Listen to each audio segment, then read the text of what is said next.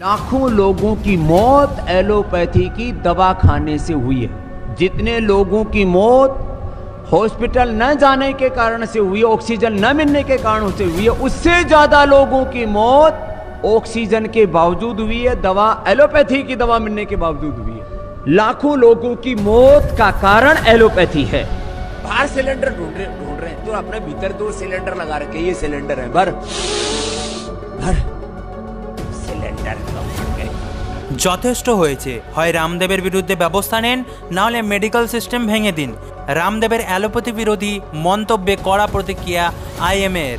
Allopathy corona চিকিৎসায় অকেজো দাবি করেছেন যোগগুরু মোদিভক্ত বলে পরিচিত রামদেব।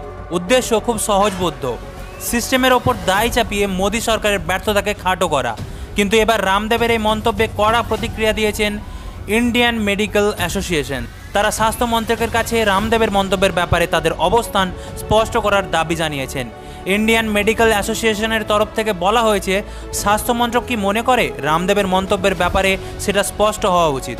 যদি তারা রামদেবের মন্তব্য সমর্থন করে তাহলে বর্তমান মেডিকেল সিস্টেম ভেঙে দিক, আর যদি না করে তাহলে রামদেবের বিরুদ্ধে এমন বিতর্কিত দায়িত্ব জ্ঞানহীন মন্তব্যের জন্য কড়া আইনি ব্যবস্থা নিক। তবে এখনও পর্যন্ত এই ব্যাপারে স্বাস্থ্য মন্ত্রকের কোনো বিবৃতি বা স্বাস্থ্যমন্ত্রী হর্ষবর্ধনের কোনো প্রতিক্রিয়া সামনে আসেনি। উল্লেখ্য, করোনা শুরুর সময় রামদেব করোনা ভাইরাসের মোকাবিলায় এক উদ্ভট টোটকা দিয়েছিলেন। বলেছিলেন, নাকে দেশি সরষের তেল প্রবেশ করালে করোনা গলা থেকে পাকস্থলীতে গিয়ে অ্যাসিডের প্রভাবে মারা পড়বে। রামদেবের এই অবৈজ্ঞানিক টোটকায় তার প্রচুর সমালোচনা করেছিলেন অনেকে। আবার করোনা মোকাবিলায় এক ওষুধও তৈরি করে রামদেব, নাম করোনিল। পরবর্তীতে মোদী সরকারের ভক্ত হওয়ার সুবাদে কোনো পরীক্ষা ছাড়াই তথাকথিত এই ওষুধটি বাজারে বিক্রি করার ছাড়পত্র পেয়ে যায়। তবে মহারাষ্ট্র, কেরল সহ বহু রাজ্য এই ওষুধ তাদের নিজ রাজ্যে বিক্রির ওপর নিষেধাজ্ঞা আরোপ করে। করোনা ভাইরাসে যখন জেরবার পুরো দেশ, সেই সময় দেশের ডাক্তার ও অন্যান্য চিকিৎসা কর্মীর প্রাণপণে নিজেদের জীবনের পরোয়া না করে চিকিৎসা করে যাচ্ছেন কোটি কোটি করোনা রোগীদের। এই পরিস্থিতিতে রামদেবের দায়িত্বজ্ঞানহীন মন্তব্য তাদের মনোবলে বিরূপ প্রভাব ফেলবে, এটাই স্বাভাবিক।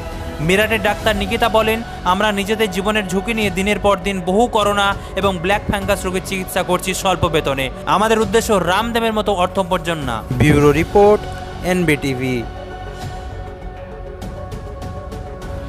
Banabithi picnic spot and resort শহরের কোলাহল ও ব্যস্ততার ঘেরাটোপ থেকে নিজেকে মুক্ত করতে চলে আসুন বনবিথি পিকনিক স্পট অ্যান্ড রিসর্টে।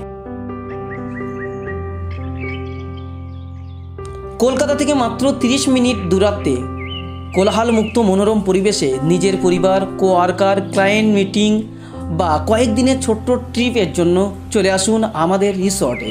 আমাদের ঠিকানা জাগুলগাছি, ঘটকপুকুর, সোনারপুর রোড, ভাঙড়, দক্ষিণ 24 পরগনা।